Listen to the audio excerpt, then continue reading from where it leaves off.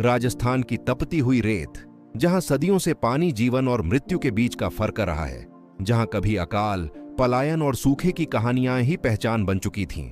आज उसी राजस्थान की जमीन के नीचे एक ऐसी ऐतिहासिक जल क्रांति आकार ले रही है जिसने न सिर्फ भारत को बल्कि अमेरिका जैसे ताकतवर देशों को भी चौंका दिया है। क्योंकि भारत अब रेगिस्तान को अभिशाप नहीं बल्कि अवसर में बदल रहा है, और वह भी किसी चमत्कार से नहीं बल्कि विज्ञान, तकनीक, दूरदर्शिता और मजबूत राजनीतिक इच्छा शक्ति के दम पर। थार के रेगिस्तान में बरसात का जो पानी दशकों तक या तो बाढ़ बनकर तबाही मचाता था या फिर बहकर बेकार चला जाता था, अब वही पानी योजनाबद्ध तरीके से धरती के नीचे संरक्षित किया जा रहा है ताकि आने वाली पीढ़ियों को पानी के लिए तरसना न पड़े। और इसी पूरी सोच के केंद्र में प्रधानमंत्री नरेंद्र मोदी का नाम बार बार सामने आता है, क्योंकि यह सिर्फ एक योजना नहीं बल्कि भारत के जल भविष्य को सुरक्षित करने का मिशन है। मोदी सरकार ने जल संरक्षण को सिर्फ नारा नहीं बल्कि राष्ट्रीय प्राथमिकता बनाया, चाहे वह कैच द रेन अभियान हो, अटल भूजल योजना हो या फिर बड़े स्तर पर artificial recharge, check dam, percolation tank और सब सरफेस स्टोरेज जैसी आधुनिक तकनीकों का इस्तेमाल। और यही वजह है कि आज वैज्ञानिक अध्ययन और सैटेलाइट डेटा यह दिखाने लगे हैं कि राजस्थान के कई इलाकों में भूजल स्तर गिरने के बजाय स्थिर हो रहा है या धीरे धीरे ऊपर आ रहा है। अमेरिका और पश्चिमी देशों के विशेषज्ञ, जो लंबे समय तक रेगिस्तान प्रबंधन को लगभग असंभव मानते थे, अब भारत के इस मॉडल को दिलचस्पी से देख रहे हैं, क्योंकि यहाँ बिना बड़े बड़े दिखावटी प्रोजेक्ट्स के स्थानीय भूगोल और पारंपरिक ज्ञान को आधुनिक विज्ञान से जोड़कर अरबों टन पानी को धरती के नीचे सहेजने का काम हो रहा है। ये समझना जरूरी है कि रेगिस्तान की रेत अपने आप में एक प्राकृतिक फिल्टर और स्टोरेज माध्यम होती है। अगर पानी को सही तरीके से, सही जगह और सही गति से जमीन में उतारा जाए, और मोदी सरकार की नीतियां इसी वैज्ञानिक सिद्धांत पर आधारित हैं, जहां बारिश के पानी को तेजी से बहने से रोका जाता है, उसे छोटे छोटे ढांचों के जरिए जमीन में रिसने दिया जाता है ताकि वह सालों तक सुरक्षित रहे। कभी जो राजस्थान पानी के टैंकरों पर निर्भर था, आज वही राजस्थान आत्मनिर्भर जल मॉडल की ओर बढ़ रहा है। और यह बदलाव सिर्फ आंकड़ों में नहीं बल्कि जमीन पर किसानों, पशुपालकों और गांवों की जिंदगी में दिखाई देने लगा है। क्योंकि जब कुओं में पानी टिकने लगता है, जब फसलों के लिए सिंचाई संभव होती है, जब महिलाओं को मीलों दूर से पानी ढोकर नहीं लाना पड़ता, तब विकास का असली अर्थ समझ में आता है।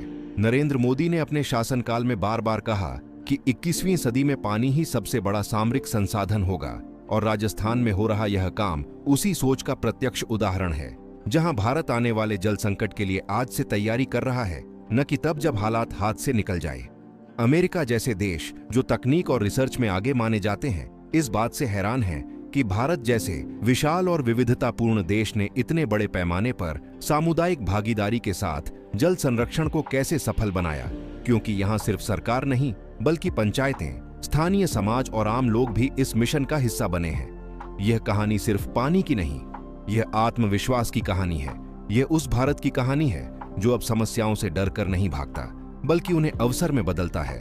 और राजस्थान की रेत के नीचे भरता यह अरबों टन पानी आने वाले समय में न सिर्फ राज्य की तस्वीर बदलेगा बल्कि पूरी दुनिया को यह संदेश देगा कि अगर नीति साफ हो, नीयत मजबूत हो और नेतृत्व दूरदर्शी हो, तो रेगिस्तान भी भविष्य की उम्मीद बन सकता है। और यहीं से इस ऐतिहासिक जल क्रांति की असली कहानी शुरू होती है, जिसकी गूंज आने वाले वर्षों तक भारत की शक्ति और सोच का प्रतीक बनकर सुनाई देगी। जब राजस्थान की धरती के नीचे जमा हो रहे अरबों टन पानी की बात दुनिया तक पहुंची, तब कई अंतर्राष्ट्रीय रिपोर्ट्स और रिसर्च संस्थानों की नजरें अचानक भारत पर टिक गईं। क्योंकि जो काम दशकों तक नामुमकिन माना जाता रहा, वही काम भारत ने जमीनी स्तर पर करके दिखा दिया। और इस पूरे बदलाव की जड़ में वह सोच है जो प्रधानमंत्री नरेंद्र मोदी ने सत्ता में आते ही देश के सामने रखी थी कि विकास सिर्फ इमारतों, सड़कों और आंकड़ों से नहीं बल्कि संसाधनों के समझदारी भरे संरक्षण से आता है। राजस्थान जैसे राज्य में, जहां औसत वर्षा कम होती है और तापमान बेहद कठोर रहता है, वहां पानी को बचाना किसी युद्ध से कम नहीं था। लेकिन मोदी सरकार ने इस चुनौती को अवसर में बदलते हुए माइक्रो लेवल प्लानिंग शुरू की, जिसमें हर जिले, हर ब्लॉक और हर गांव की भौगोलिक स्थिति को ध्यान में रखकर अलग अलग जल संरचनाएं बनाई गईं। कहीं छोटे चेक डैम, कहीं एनीकट, कहीं खेत तालाब, तो कहीं परंपरागत जोहड़ और बावड़ियों को पुनर्जीवित किया गया, ताकि बारिश की हर बूंद को थाम कर धरती के नीचे उतारा जा सके। यही कारण है कि आज सैटेलाइट डेटा यह दिखाने लगा है कि जिन इलाकों को कभी डार्क जोन कहा जाता था, वहां भी भूजल स्तर में सुधार के संकेत मिलने लगे हैं। और यह बदलाव सिर्फ सरकारी फाइलों तक सीमित नहीं है, बल्कि किसानों की जुबान पर, पशुओं की हालत में और गांवों की रौनक में साफ दिखाई देता है। अमेरिका और यूरोप के कई जल विशेषज्ञ इस बात पर हैरानी जता चुके हैं कि भारत ने कैसे कम लागत वाले लेकिन व्यापक प्रभाव वाले समाधानों को अपनाकर इतने बड़े क्षेत्र में जल भंडारण संभव बनाया। क्योंकि पश्चिमी देशों में जहां इस तरह की योजनाओं पर अरबों डॉलर खर्च होते हैं, वहीं भारत ने स्थानीय समुदायों की भागीदारी और पारंपरिक ज्ञान के सहारे इस काम को जमीन पर उतारा। नरेंद्र मोदी की नेतृत्व शैली की यही खासियत मानी जाती है कि वह योजनाओं को सिर्फ घोषणाओं तक सीमित नहीं रखते, बल्कि उन्हें जन आंदोलन में बदलने की कोशिश करते हैं। और जल जीवन मिशन से लेकर कैच द रेन तक हर अभियान का मूल उद्देश्य यही रहा कि आम नागरिक खुद को इस बदलाव का हिस्सा समझे।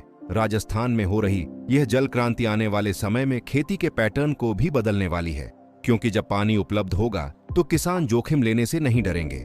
नई फसलें उगेंगी, आय बढ़ेगी और पलायन रुकेगा, जो दशकों से इस राज्य की सबसे बड़ी समस्या रही है।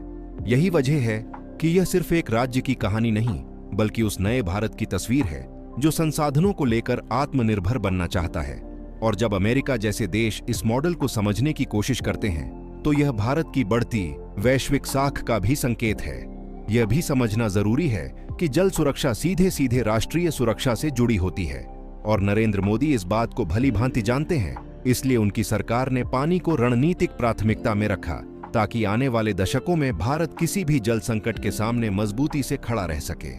राजस्थान की रेत के नीचे भरता यह पानी सिर्फ आज की प्यास नहीं बुझाएगा, बल्कि आने वाली पीढ़ियों के लिए जीवन की गारंटी बनेगा। और यही इस पूरी योजना की सबसे बड़ी ताकत है। अगर आपको भी लगता है कि यह जल क्रांति भारत के भविष्य के लिए बेहद जरूरी है और ऐसी सकारात्मक कहानियां हर नागरिक तक पहुंचना चाहिए, तो अभी हमारे चैनल को सब्सक्राइब करें, इस वीडियो को लाइक करें और कमेंट बॉक्स में अपनी राय जरूर लिखें कि आप इस बदलाव को कैसे देखते हैं, क्योंकि आपकी एक प्रतिक्रिया भी इस राष्ट्रीय सोच को आगे बढ़ाने में अहम भूमिका निभा सकती है। और अगली कड़ी में हम जानेंगे कि यह मॉडल कैसे पूरे देश के लिए गेम चेंजर साबित हो सकता है और दुनिया क्यों इसे ध्यान से देख रही है। राजस्थान की रेत के नीचे आकार ले रही यह ऐतिहासिक जल क्रांति अब सिर्फ प्रयोग या योजना नहीं रही, बल्कि एक ऐसा ठोस मॉडल बन चुकी है जिसे आने वाले समय में पूरे भारत के अलग अलग भौगोलिक क्षेत्रों में अपनाया जा सकता है। और यही वह बिंदु है जहां दुनिया, खासकर अमेरिका जैसे देश, भारत की ओर गंभीरता से देखने लगे हैं, क्योंकि जल संकट आज वैश्विक समस्या बन चुका है। और जिन देशों ने समय रहते इसकी तैयारी नहीं की, वहां सामाजिक तनाव, आर्थिक अस्थिरता और पलायन जैसी समस्याएं तेजी से बढ़ रही हैं। भारत ने यह समझ लिया कि अगर विकास की रफ्तार बनाए रखनी है तो पानी को केंद्र में रखना होगा। और प्रधानमंत्री नरेंद्र मोदी की नेतृत्व में यही सोच नीतियों में दिखाई देती है, जहां जल को सिर्फ प्राकृतिक संसाधन नहीं, बल्कि राष्ट्रीय धरोहर माना गया है। राजस्थान में जो हो रहा है वह भविष्य की उसी तैयारी का जीवंत उदाहरण है, क्योंकि यहाँ धरती के नीचे जमा किया जा रहा पानी सूखे के समय जीवन रेखा बनेगा, खेती को स्थायित्व देगा, उद्योगों को सहारा देगा और ग्रामीण अर्थव्यवस्था को मजबूत करेगा।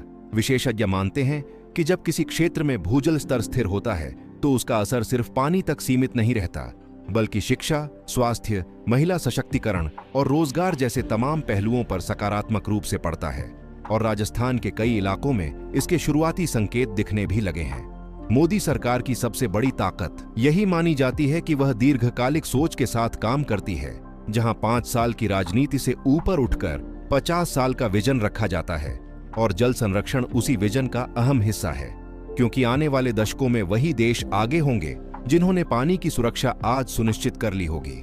अमेरिका और अन्य विकसित देशों के रिसर्च संस्थान इस बात को समझने की कोशिश कर रहे हैं कि भारत ने सीमित संसाधनों के बावजूद इतने बड़े पैमाने पर जल भंडारण कैसे संभव किया।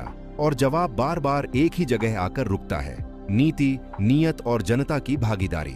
राजस्थान के गांवों में जब लोग खुद अपने श्रम से जोहड़, तालाब और जल संरचनाएं बनाते हैं, तो वह सिर्फ सरकारी योजना नहीं रहती, वह जन आंदोलन बन जाती है। और नरेंद्र मोदी इसी जन भागीदारी को विकास की असली ताकत मानते हैं। यह भी याद रखना जरूरी है कि कभी जिस राजस्थान को पानी की कमी का प्रतीक माना जाता था, वही राजस्थान अब जल प्रबंधन के नए अध्याय की मिसाल बन रहा है। और यह बदलाव रातों रात नहीं आया, बल्कि वर्षों की सतत कोशिश, नीति सुधार और जमीनी अमल का नतीजा है।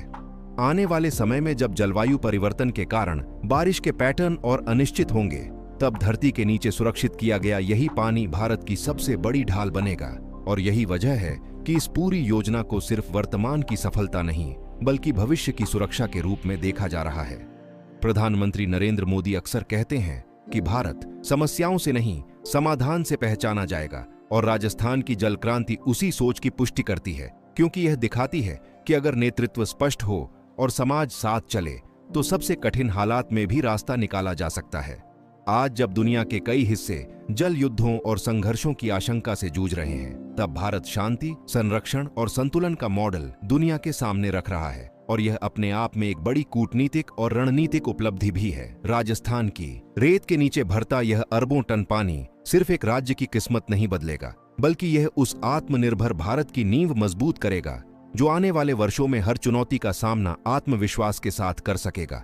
और यही कारण है कि यह कहानी हर भारतीय को गर्व से भर देती है, क्योंकि यह बताती है कि भारत अब इंतजार नहीं करता, भारत निर्माण करता है, भविष्य गढ़ता है और दुनिया को दिशा दिखाता है। जय हिंद।